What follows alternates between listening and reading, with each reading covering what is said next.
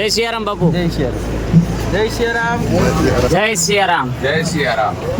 આપણે હમણાં જેને જય સિયારામ બોલ્યા ને એ આપણા જયરામદાસ બાપુ અને આપણી ભાગવત સપ્તાહના જમણવારના સૌથી મોટા દાતા હતા. પરંતુ મારે આજે તમને વાત કરવાની છે એવા રામ ભક્તોની, એવા રામ સેવકોની, જેમણે પોતાનો પરસેવો પાડી અને આ કટાવની ભાગવત સપ્તાહને સફળ બનાવી છે. જ્યારે પહેલા દિવસે વરસાદ અને વાવાઝોડું આવ્યું ને એ બધું વિખાણા પછી બધાને એવું લાગતું હતું કે હવે આ કઈ રીતે ઊભું થશે, આ કઈ રીતે સફળ થશે.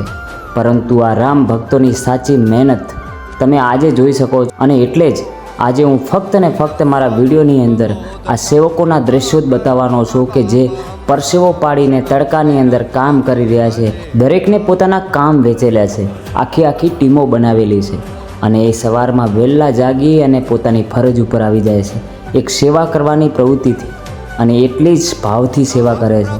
અને એમની સેવા છે તો જ આટલી પબ્લિકને કંટ્રોલ થઈ શકે છે. સમયસર જમવાનું થઈ જાય છે.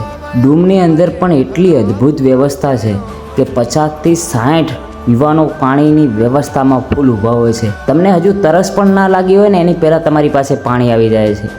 આ સુવિધા છે અને આ કટાવના સેવકોની તાકાત છે. આ એમની મહેનત અને આ એમની સાચી ભક્તિ છે. કટાવ મંદિરના પ્રાંગણમાં પણ 2 જગ્યાએ પાણીની વ્યવસ્થા કરવામાં આવી છે અને ત્યાં પણ 2 લોકો હોય જ છે કે પાણીનો બગાડ ના થાય, વ્યવસ્થિત રીતે ઉંમરલાયક લોકો સુધી પાણી પહોંચે અને એ પણ પાણી પી શકે. ચાની પણ એટલી અદ્ભુત વ્યવસ્થા કરવામાં આવી છે અને ત્યાં પણ લોકો અદ્ભુત સેવા પૂરી પાડી રહ્યા છે. અને ગ્લાસ પણ નીચે ના પડે ને એનું પણ ધ્યાન રાખવામાં આવે છે. તો એટલા માટે જ આજનો આખો વિડીયો કટાવના સાચા સેવકો, સાચા રામ ભક્તો માટે હતો.